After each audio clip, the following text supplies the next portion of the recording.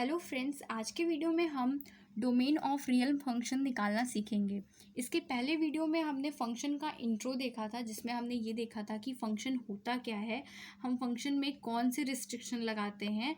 तो चलिए देखते हैं डोमेन ऑफ रियल फंक्शन बताने से पहले मैं एक बार रिवाइज करा देती हूँ कि लास्ट वीडियो में हमने फंक्शन के बारे में क्या सीखा था। फंक्शन हमने ये देखा था कि फंक्शन भी एक स्पेशल टाइप का रिलेशन होता है।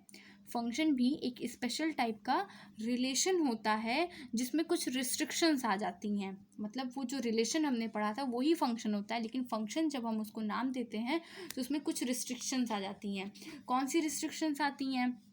तो दो तरह के रिस्ट्रिक्शन थे। पहला रिस्ट्रिक्शन ये था कि हमारा जो सेट ए है उसके सारे ही एलिमेंट्स पेयर बनाने चाहिए, और दूसरा रिस्ट्रिक्शन था कि कोई भी ऑर्डर्ड पेयर पहले दो एलिमेंट सेम नहीं होने चाहिए, मतलब सेट ए कभी भी रिपीट नहीं करना चाहिए था। फॉर एग्जांपल, अगर हमने लिखा है 1,2 एंड 1,3 ये है, तो ये हमारा रिलेशन है but it's not a function. ये हमारा फंक्शन नहीं है क्योंकि वन हमारा रिपीट कर रहा है। तो जो फर्स्ट एलिमेंट होता है, ऑर्डर्ड पेयर के जो फर्स्ट एलिमेंट होते हैं वो हमारे कभी भी रिपीट नहीं करने चाहिए। तो ये जब रिस्ट्रिक्शन हमारा फॉलो करता है तो हम उसको फंक्शन कहते हैं। तो आज हम डोमेन निकालना सीखेंगे। तो डोमेन से पहले एक फंक्शन का थोड़ा सा इंट्रो देख लेते हैं। फॉर एग्जाम्पल देखो, F X is equals to, suppose हमने लिखा है x² -1/x-2। तो क्या ये फंक्शन है? हमें कैसे पता चलेगा कि फंक्शन क्या होता है, कैसे होता है? तो आप ये देखो कि एक इक्वेशन की तरह ही तो है। आप ये देख सकते हैं ना कि ये एक फंक्शन ऐसा है जो एक इक्वेशन की तरह है। हम जैसे इक्वेशन सिंपल सा पढ़ते आए हैं, क्वाड्रेटिक, बिल्कुल वैसा ही है। तो वही फंक्शन है। हम इसको फंक्शन नाम कैसे देंगे और आगे चल के हम कैसे प्रूव करेंगे कि कोई भी जो लिखा हुआ है फंक्शन में तो वो फंक्शन है या नहीं है? डोमेन कैसे फाइंड करेंगे और रेंज कैसे फाइंड करेंगे, तो हम ये सब देखेंगे। तो पहले हम इस क्वेश्चन को देखते हैं। ये बस ऐसा है कि पहले तो हम देखते हैं कि फंक्शन है या नहीं। तो फंक्शन की डेफिनेशन क्या कहती है कि सारे वैल्यूज़ होने चाहिए, ए सेट ए एग्जॉस्ट होना चाहिए। मतलब डोमेन, मतलब जब भी हम कहेंगे डोमेन तो उसका पूरा सेट ए आना चाहिए, मतलब पहला सेट जो भी हम वैल्यू पुट करने वाले हैं ये होना चाहिए, और कभी भी जो फर्स्ट ऑर्डर्ड एलिमेंट है वो रिपीट नहीं करना चाहिए। तो हम जब इस फंक्शन को देखेंगे तो ये ऑफकोर्स ये हमारा बिल्कुल फंक्शन है, क्योंकि आप देखते हो, आप इसको इस तरह से समझ सकते हो कि जब कोई इक्वेशन होता है, फॉर एग्जांपल x+y=2, ठीक है, या फिर सॉरी मैंने ये दो वेरिएबल का ले लिया है, x=3, देखो x+3=10 सपोज। हाँ, ये करेक्ट है। देखो, आपको वन वेरिएबल में फंक्शन आएगा तो मैं वही बताती हूँ आपको।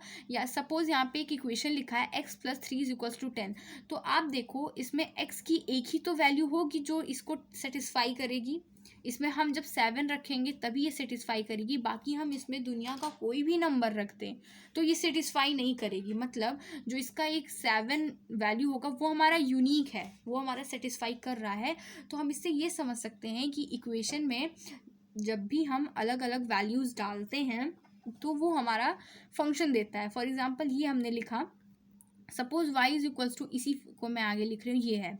तो जब हम x की अलग अलग वैल्यूज़ डालेंगे तो सब जाहिर सी बात है कि हमको y की अलग अलग वैल्यू मिलेगी। कभी भी ऐसा नहीं होगा कि हमने x की वैल्यू 1 डाली और 2 डाली, x की वैल्यू हमने चेंज किया, हमने 1 किया और फिर 2 किया, लेकिन हमको y की वैल्यू सेम मिल रही है, ऐसा कभी नहीं होगा। तो इसलिए फंक्शन कभी भी हम इक्वेशन में डालेंगे इस तरह के तो वो हमारा हमेशा एक यूनिक वैल्यू देगा। तो हमको इससे ये कंक्लूजन तो मिल गया कि अगर हम इस तरह के किसी भी फंक्शन में, किसी भी रूल में, इसको हम रूल भी कह सकते हैं क्योंकि हम कोई भी वैल्यू डालेंगे तो हमें डिफरेंट आंसर मिलने वाला है, हमें एक यूनिक आंसर मिलेगा हर एक वैल्यू के लिए। तो हम इसको ये कह सकते हैं कि ये हमारा फंक्शन तो है, लेकिन क्या ये पूरी तरह से हमारा फंक्शन है? तो अब यहाँ पे समझने की बात है, क्योंकि यहीं से हमारी डोमेन की कहानी शुरू होती है, ठीक है। तो ये फंक्शन है, ऑफ कोर्स बिना शक के ये फंक्शन है, क्योंकि जब भी हम x की वैल्यू 1 डालेंगे हमें f(x) दूसरा मिलेगा, जब भी हम 2 डालेंगे हमें f(x) दूसरा मिलेगा। तो ये हमें यूनिकली डिफाइन तो कर रहा है, ये हमारे दोनों शर्त को फॉलो कर रहा है। लेकिन अगर हम इसको डोमेन की बारी आएगी तो हम क्या लिखेंगे? डोमेन जो है वो हमारा क्या है? रियल नंबर्स मतलब क्या कि हम कोई भी दुनिया का कोई भी नंबर डालें तो वो हमको यूनिक वैल्यू देगा, एकदम करेक्ट आंसर है। हाँ, हम अगर रियल नंबर में कोई भी वैल्यू डालेंगे तो वो हमको सेटिस्फाई करेगा। लेकिन आपको एक बात ध्यान देना है कि आप इसका एक बार डिनोमिनेटर पार्ट देखो। आप जानते हैं कि किसी भी फ्रैक्शनल वैल्यू में अगर हमारा नीचे ज़ीरो आ गया तो वो वैल्यू हमारी नॉट डिफाइन हो जाती है। क्या हो जाती है? वो वैल्यू हमारी नॉट डिफाइन हो जाती है। तो अगर हमारा यहाँ पर x इज -2 इक्वल टू 0 था और x इज इक्वल्स टू 2 आ गया, मतलब अगर हमने x में यहाँ पे 2 लिख दिया तो हमारे यहाँ पे वैल्यू नीचे 0 हो जाएगा, फिर ऊपर कुछ भी हो हमारा आंसर नॉट डिफाइन हो जाएगा।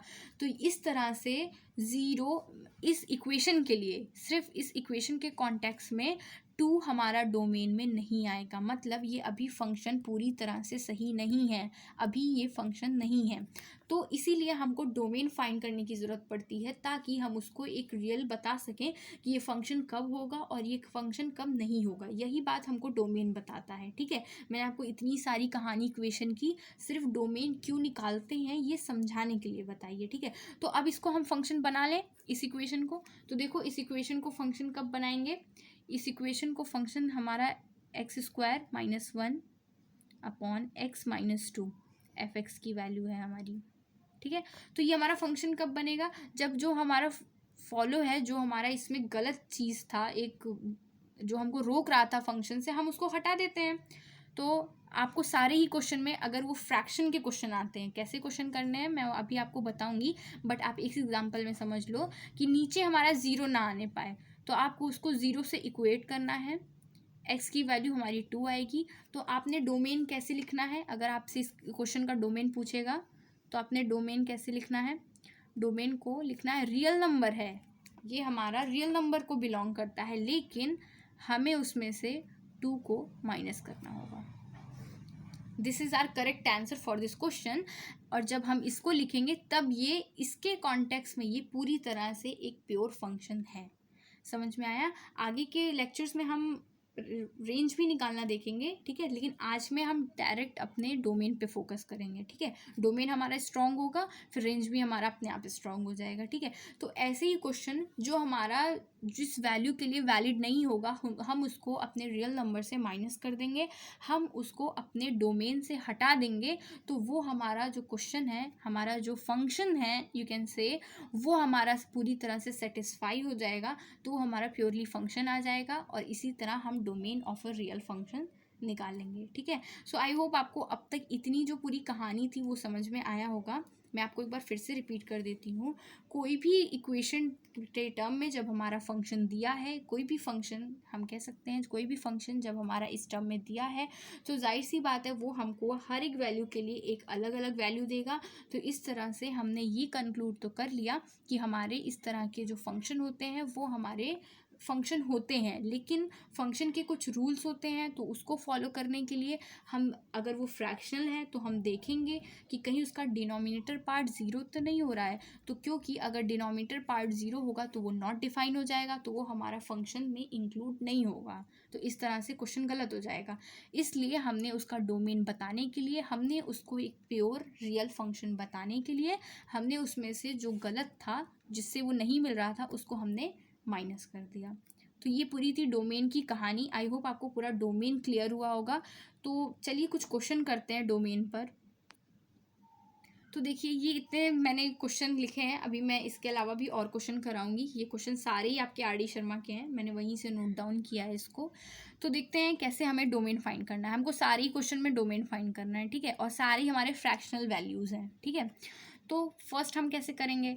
हमारा ये ऑब्वियसली बात है, हम कोई भी वैल्यू रखेंगे x की तो हमको ये अलग वैल्यू फंक्शन देगा, मतलब ये फंक्शन तो है, लेकिन क्या ये सारी वैल्यू के लिए, क्या ये रियल नंबर में जितने वैल्यूज आते हैं उसके लिए डिफाइन है?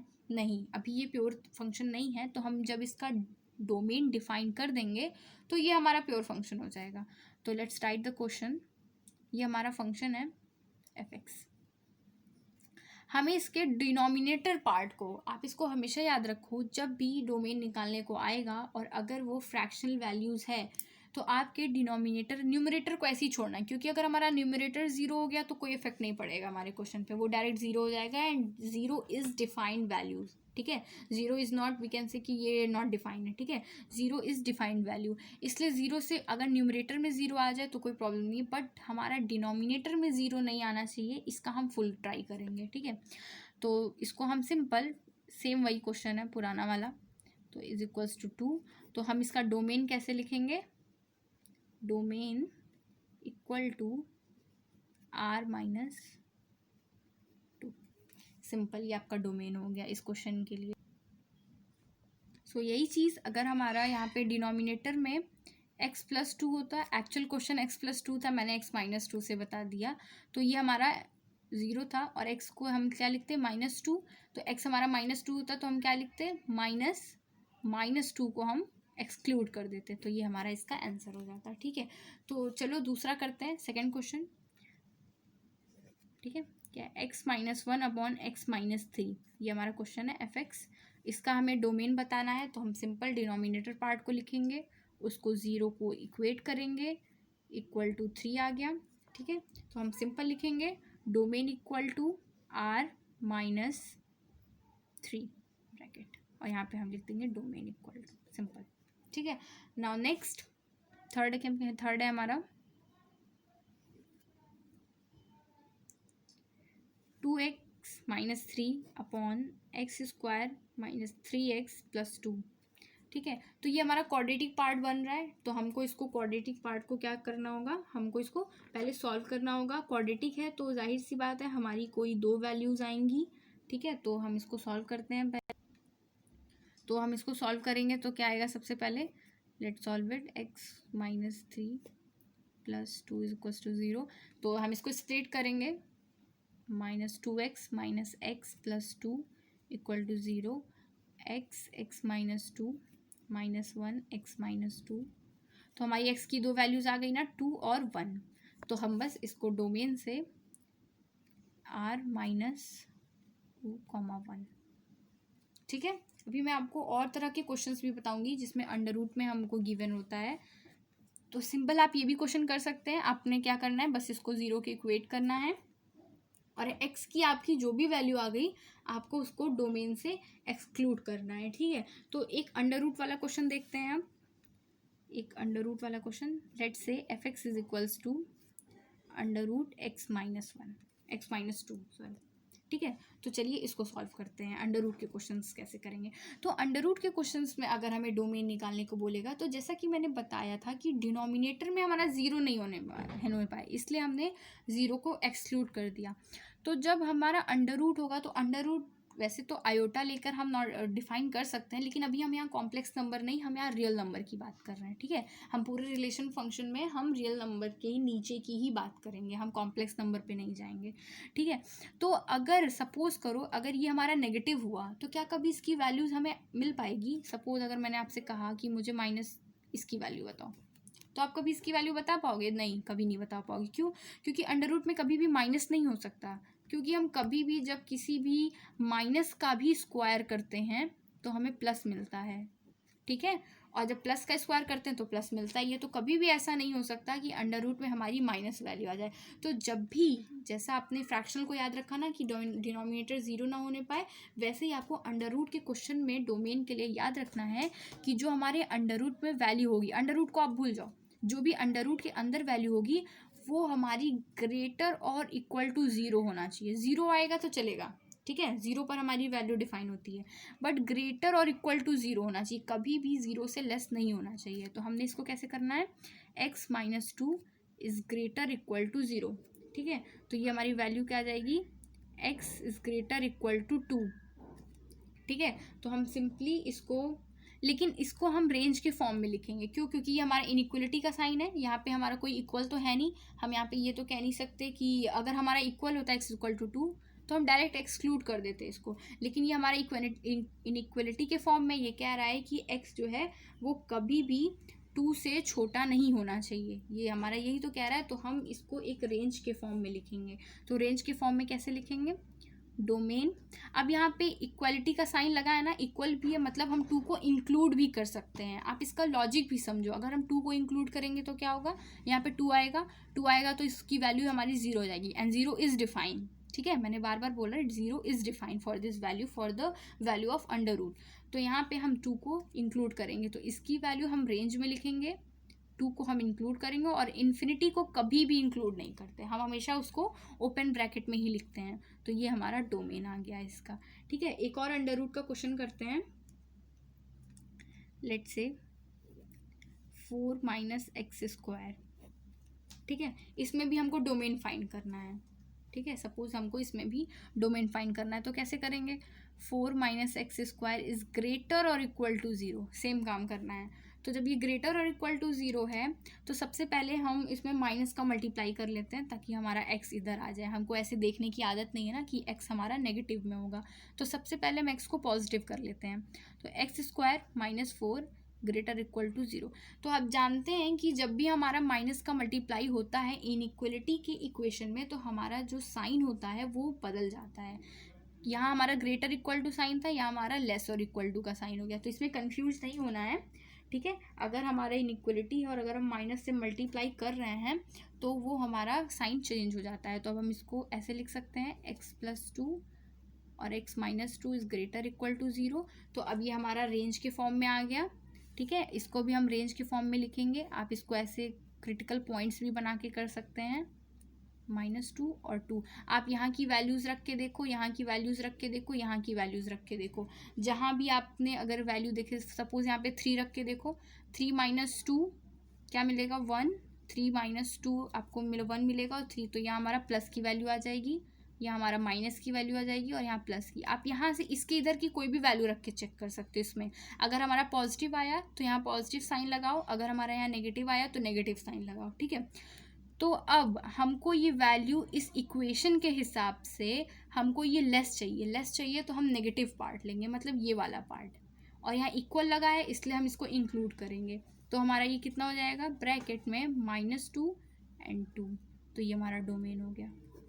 ठीक है, सो आई होप आपको ये सारे ही क्वेश्चन समझ में आ रहे हैं, क्योंकि मैंने बहुत ही सिंपल तरीके से आपको समझाया है। सो नेक्स्ट वीडियो में हम और भी डोमेन के क्वेश्चन करेंगे और कुछ रेंज के भी क्वेश्चन करेंगे। So if you like my videos, then please do like, share and subscribe. Thank you so much.